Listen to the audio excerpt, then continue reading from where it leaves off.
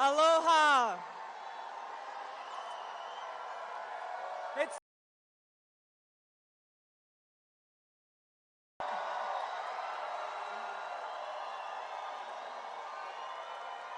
Thank you so much. It is such an honor and a privilege to join all of you here tonight. My fellow Americans and patriots who love our country and are committed to saving her.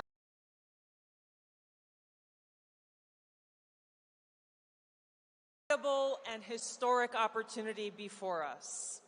Americans coming together in the way that our founders envisioned. We may not agree on every single issue, neither did our founding fathers, but they came together around the values and principles that are most important as we must do in this election. Those principles of freedom and the right of every single American to life, liberty, and the pursuit of happiness.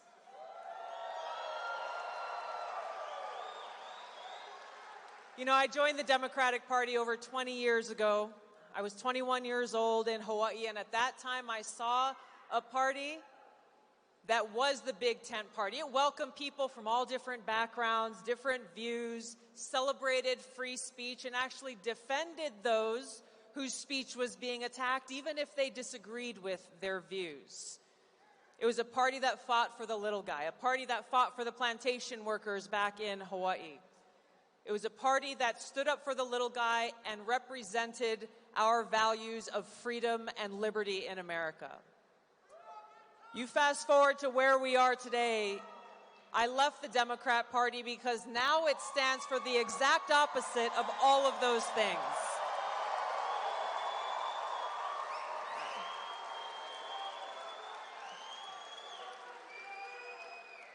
I'm proud to endorse Donald Trump in this election because he is our best hope.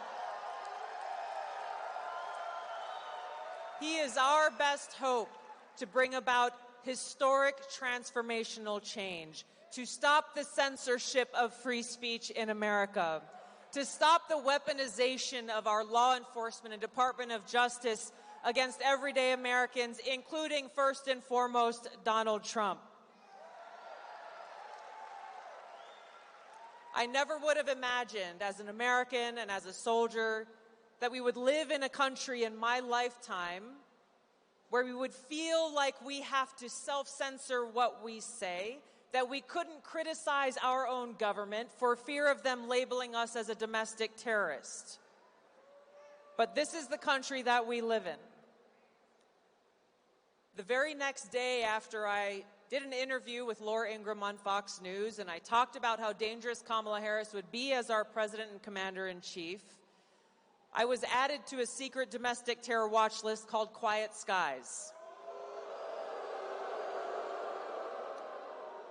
Shortly after, an FBI agent named Steve Friend blew the whistle on how the FBI agents were being used essentially as the Democrats' police force to go after their political opponents. They basically took away his job, doxed him, exposed his medical records publicly. I spoke with him today, and he is unemployed and unemployable because of what the FBI did to him.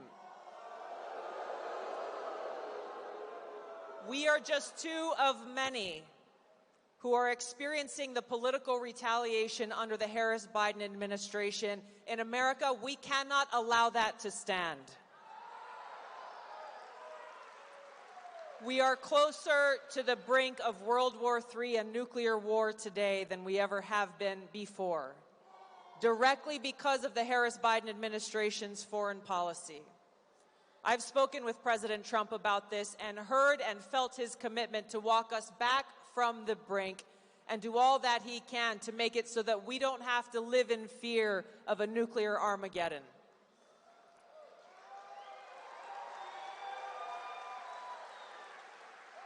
Too many Americans are struggling just to afford the basic necessities of life.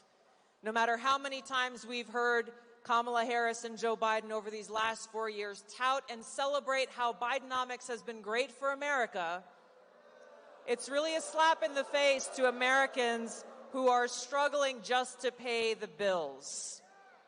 It's almost as though they're out of touch with the reality that the American people are living all across the country. It's almost as though they're speaking from an ivory tower, saying how great they are and patting themselves on the back, while people are struggling for crumbs on the streets. This election isn't really about Democrats versus Republicans. This election really isn't about the left versus the right. It's about choosing, we the people choosing our government, and the choice is between freedom versus tyranny.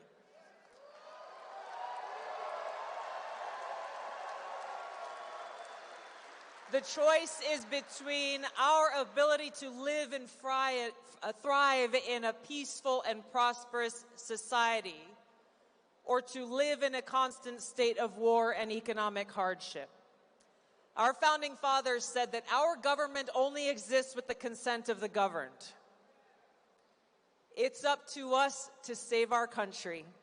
It's up to us to save our world. Our best hope to do that in this election is doing all we can, not only to vote for Donald Trump, but to make sure your friends and family do the same. This is a must-win state in Nevada, and our mission